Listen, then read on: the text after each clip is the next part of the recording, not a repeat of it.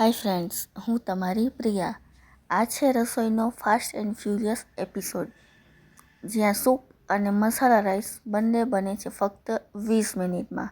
તો ચલો આપણે બનાવવાનું શરૂ કરીએ. બસ 6 ટમેટાં અને 2 બટેટા, આટલું ઓછું તો મેગીમાં પણ નહીં હોય. હવે આપણે આને હાફ કટ કરી લઈએ. હવે આપણે કુકર લીધું છે, તેમાં પાણી એડ કરી દીધું છે. તેમાં બટેટા અને ટમેટાને એડ કરી દઈએ અને થોડું મીઠું એડ કરી દઈએ અને આને આપણે 5 સીટી થવા દઈએ.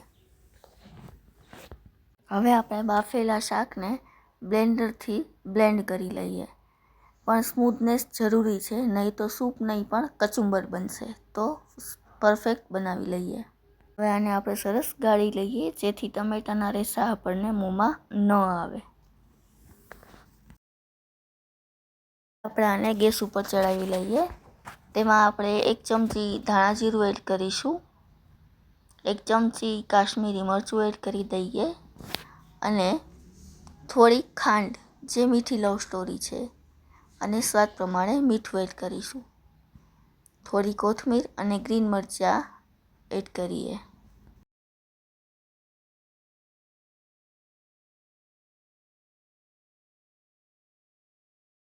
બસ 10 મિનિટ હવે આપણે આને ઉકાળી લઈએ.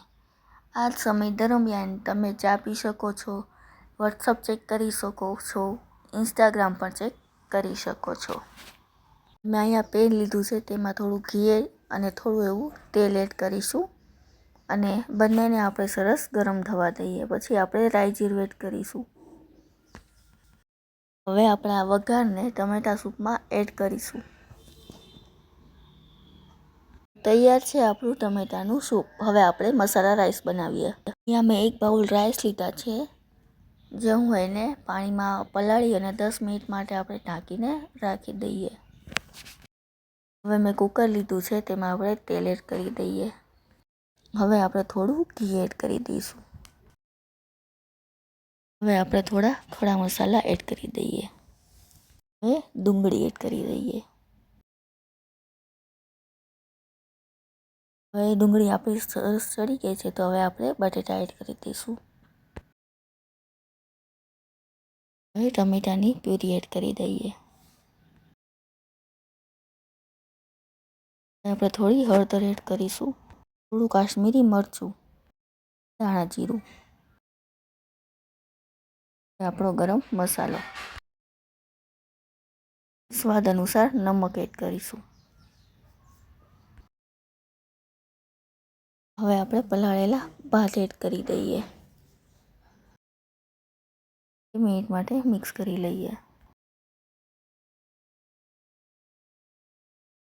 હવે આપણે કોથમીર એડ કરી દઈશું.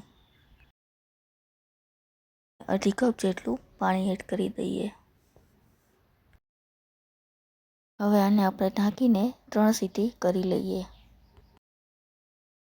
તૈયાર છે આપણા મસાલા રાઈસ. તો તૈયાર છે આપણું સેવ ટમાટરનું સૂપ અને મસાલા રાઈસ. તો ચલો આપણે ફટાફટ જમી લઈએ. જો તમને આ મારો વિડીયો ગમ્યો હોય તો મારી ચેનલને લાઈક કરો, શેર કરો અને સબસ્ક્રાઈબ કરજો. Thank you. Take care. By.